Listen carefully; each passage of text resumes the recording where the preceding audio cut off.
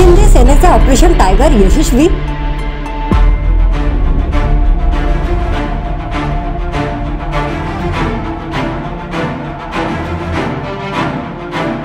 चार खासदारांनी उद्धव ठाकरेंचा ताळ वाढवला।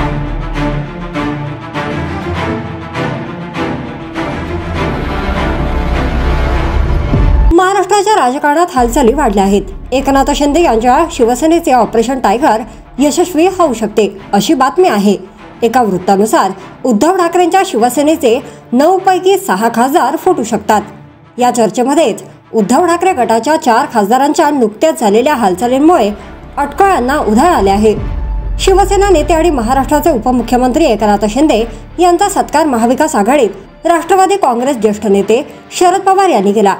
यावर उद्धव ठाकरे गटाच्या नेत्यांनी तीव्र नाराजी व्यक्त केल्यानंतर राज्यातील राजकीय वातावरण तापले आहे। यावरून महाविकास आघाडी या आघाडीत MVA आघाडीत समाविष्ट असलेल्या उद्धव गट आणि शरद पवार गट या 2 पक्षांमध्ये खडाजंगी सुरू झाली आहे। दरम्यान बुधवारी दिल्लीत शिंदे गटाचे खासदार आणि केंद्रीय मंत्री प्रतापराव जाधव यांनी आयोजित केलेल्या स्नेहभोजनाला ठाकरे गटाच्या 3 खासदारांनी हजेरी लावल्याने पक्षात खळबळ उडाली आहे। वृत्तानुसार शिवसेना UBT परभणीचे खासदार संजय जाधव, हिंगोलीचे खासदार नागेश पाटील आष्टीकर आणि शिर्डीचे खासदार भाऊसाहेब वाकचौरे उपस्थित होते। मात्र केवळ वैयक्तिक संबंधांमुळे आपण गेलो होतो, त्याचा संबंध ऑपरेशन टायगरशी जोडू नये असे उपस्थित खासदारांनी स्पष्ट केले आहे। दुसरीकडे ईशान्य मुंबईतील शिवसेनेचे UBT खासदार संजय दीना पाटील हे एकनाथ शिंदे यांचे खासदार पुत्र श्रीकांत शिंदे यांच्या घरी गेले होते। इतकंच नाही तर संजय दीना पाटीलही एकनाथ शिंदेंच्या सत्कार समारंभाला उपस्थित होते। शिंदेंच्या सत्कार कार्यक्रमानंतर संजय राऊत यांनी शरद पवारांवर निशाणा साधला होता।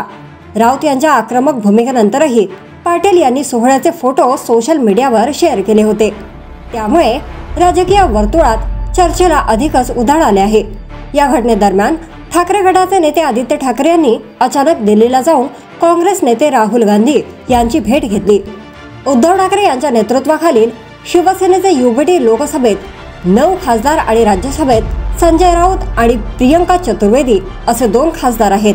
लोकसभेच्या एकूण 9 पैकी 2/3 खासदारांनी बाजू बदलली तर त्यांच्यावर पक्षांतर विरोधी कायद्याअंतर्गत कोणतीही कार्यवाही करता येणार नाही। मात्र आता एकनाथ शिंदे यांच्या शिवसेनेचे ऑपरेशन टायगर उद्धव गटाला खरोखरच मोठा धक्का देणार का, की केवळ राजकीय अटकळ आहे हे पाहणं औत्सुक्याचे ठरणार आहे। जर तुम्ही अजूनही YouTube चॅनलला सबस्क्राईब केलं नसेल तर ते लगेच सबस्क्राईब करा।